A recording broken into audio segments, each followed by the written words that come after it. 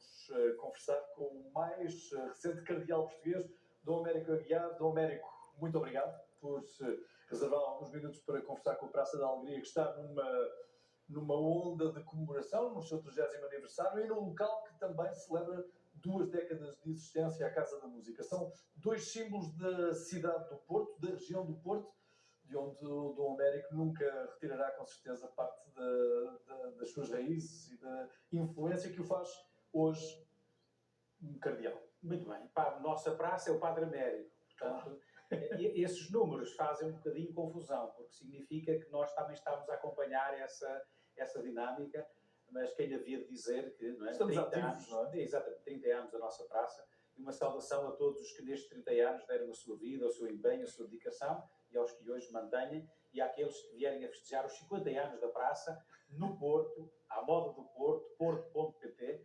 Assim desejamos e queremos neste dia especial, e agradeço muito este convite. E que conversaremos com certeza nessa altura sobre a Sexta-feira da Paixão. É um momento de reflexão maior da Igreja? É um momento maior, de um profundo silêncio. Nós não podemos esquecer que, ao contrário do que as pessoas possam dizer, quando a gente pergunta a qualquer pessoa qual é a data mais importante dos cristãos, os católicos dizem Natal. Mas não é o Natal, não é Páscoa. E neste tríodo pascal, o momento mais doloroso é, de facto, sexta para sábado. Ou seja, nós assumimos que a sexta-feira significa o dia da crucifixão e morte de Jesus. E ficamos na expectativa da ressurreição. Ora, o que é que eu tenho pedido aos diocesanos de Setúbal, e peço a todos, é que esqueçamos que já sabemos o fim do filme. Esqueçamos isso, porque isso não nos coloca de coração totalmente aberto à esperança, à expectativa daquilo que aí vem. É como quando vemos um filme repetido ou quando vemos um jogo de futebol em que já sabemos o resultado. Portanto, a emoção e o envolvimento não é o mesmo. E por isso, a Sexta-feira Santa é um convite muito sério a todos de se deixarem envolver pelo silêncio daquilo que significa a morte de Jesus e aquilo que é a nossa expectativa da esperança da sua ressurreição. Portanto, é um tempo muito especial nas celebrações. Aliás, é um momento celebrativo. Não há celebrações de sexta a sábado e nós somos convidados à adoração da cruz. E às dias sacras e às celebrações penitenciais que existem. Há muitas tradições no nosso país, diversas, excelentes, magníficas, e o convite que eu faço é que hoje, nesta sexta-feira, cada um, na sua possibilidade, de longe e de perto, aliás, hoje o longe e o perto é relativo, claro, com aquilo que a tecnologia nos proporciona, mas, acima de tudo, que nós não tenhamos medo de uma experiência de silêncio. Porque nós, hoje em dia, com os fluxos da comunicação, com o permanentemente online, permanentemente conectado, temos medo do silêncio.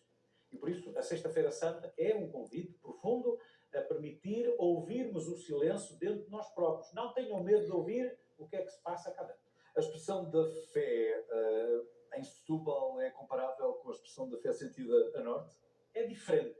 Aliás, na semana passada, no Domingo de Ramos, eu via 4, 5 celebrações em paróquias diferentes.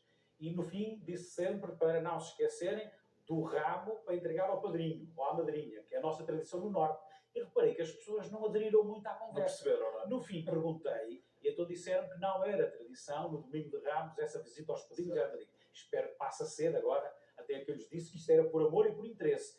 É o amor de levar o ramo e o interesse do retorno de algumas amêndoas. Mas a vivência é diferente. Aliás, acho que é uma das enormes riquezas do nosso país, seja na religião, seja nos ritos, seja nas tradições, seja na gastronomia, seja no que for. Nós, em pequenos quilómetros a quilómetros do país, temos maneiras diferentes de viver, neste caso a fé, e naquilo que é a Península de Setúbal, temos tradições que as pessoas que lá vivem trouxeram das suas origens, seja do Algarve, seja de Aveiro, seja do Norte, seja da Beira, de todos os que vieram de longe, trouxeram as suas culturas, e não há aquela linha quase comum de uma partilha cultural e religiosa muito igual que nós temos aqui no norte do país. Nem é melhor nem é pior, é diferente. É o segundo bispo de Lessa do Balio que vai parar à diocese de Setúbal.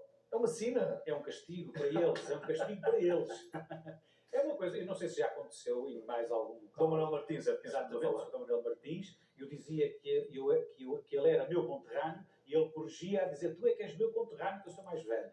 E, portanto, com muita saudade, o Sr. Dom Manuel faleceu, partiu para a casa do pai em 2017, e, portanto, é com muita saudade saudade que o lembramos e também é com muita saudade que Setúbal o lembra, principalmente os anos tão difíceis e tão dolorosos que aquele povo e aquelas pessoas viveram, do desemprego, da fome, da pobreza, que foram marca até hoje no coração de tantos e de tantas.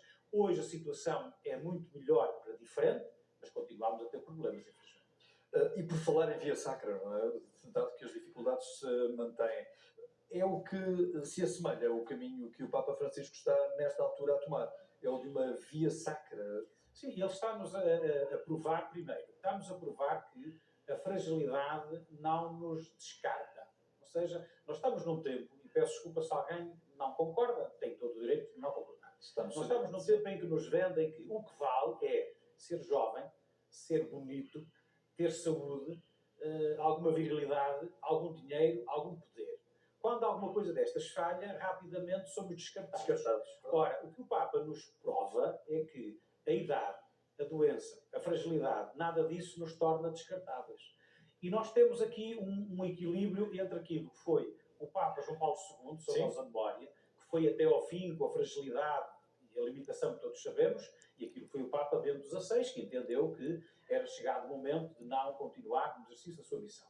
Eu estou convencido que o nosso Papa Francisco, o nosso octogenário argentino, vai mais por aquilo que é a força e a resiliência de testemunhar ao mundo que a fragilidade não é motivo de descarte, pelo contrário, é motivo de todos assumirmos que em qualquer momento da nossa vida nós também estaremos numa situação idêntica.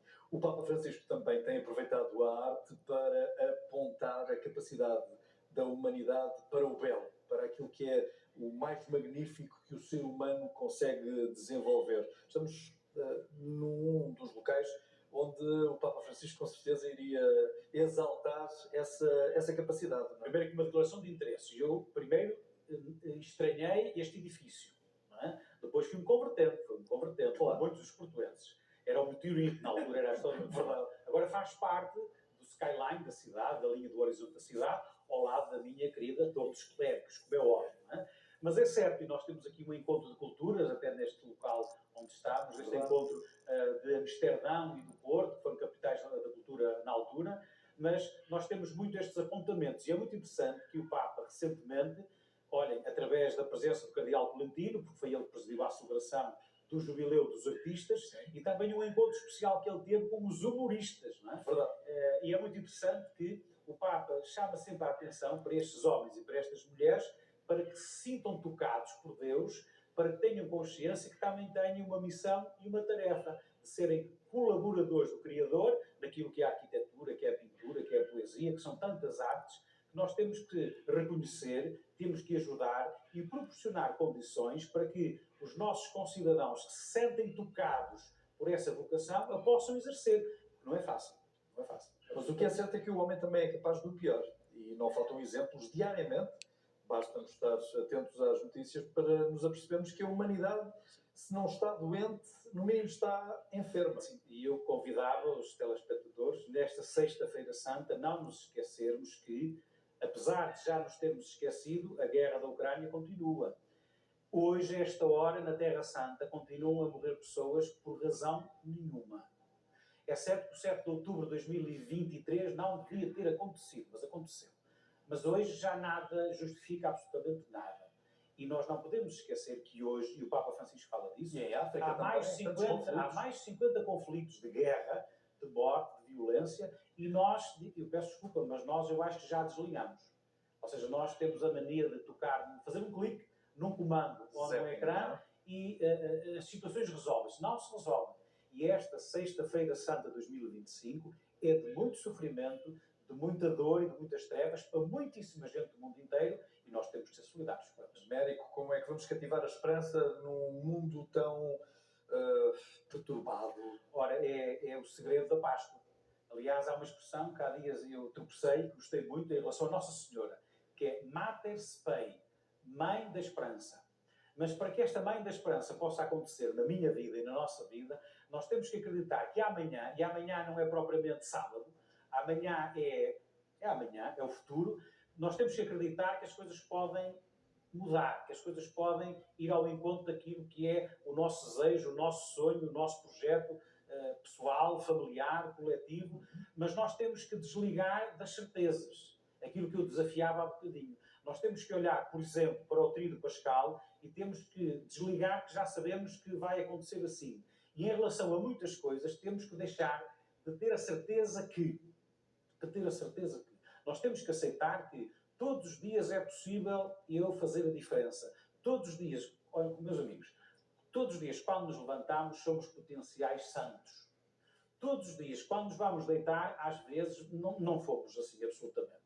E o que eu convido cada um, apesar da sua doença, apesar dos seus problemas, apesar da sua família com dificuldades, apesar do emprego, apesar do desemprego, apesar da macroeconomia mundial /Trump estar como está, apesar de Putins da vida e dessas coisas, apesar disso tudo, acreditarmos que amanhã pode ser diferente e que eu tenho uma palavra a dar nessa diferença que poderá acontecer. Portanto, porque assim, o que é que nos motiva a levantar de manhã cedo, apesar de tudo?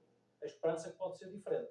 Porque quem perde a esperança, perde a oportunidade e a alegria de viver. Isso não podemos permitir. Aquilo que nos suscitam é o individualismo, é olharmos aos nossos propósitos e aos nossos objetivos e menos ao coletivo. Sim. A principal razão, por exemplo, vamos ao Presidente dos Estados Unidos, a principal razão de todos estes problemas é que estamos a retirar do centro da mesa das reuniões o bem comum. E quando as minhas decisões são exclusivamente para os meus resultados, da minha família, do meu grupo, do meu partido, da minha linha ou do meu país, as coisas começam a correr mal. E nós estamos todos já a ver que as coisas começam a correr mal, porque no primeiro momento pode ser interessante eu ter o retorno exclusivo para mim, mas no segundo, terceiro momento vou ver que isto só vai tendo em conta o bem comum. E nós estamos a ver que, a nível nacional, a nível internacional, o bem comum está a ser retirado do centro das preocupações. Ou seja, a pessoa. A pessoa está a ser retirada do centro da preocupação. E nós estamos a viver um tempo de incerteza que eu, apesar de muita esperança, apesar de muita fé, confesso que vamos ter muita Sexta-feira Santa pela frente para ultrapassar. Fechamos a nossa conversa com o que é mais trivial. O Américo Aguiar, cidadão, onde vai passar a Páscoa. Em Setúbal. Em Setúbal. Literalmente em Setúbal.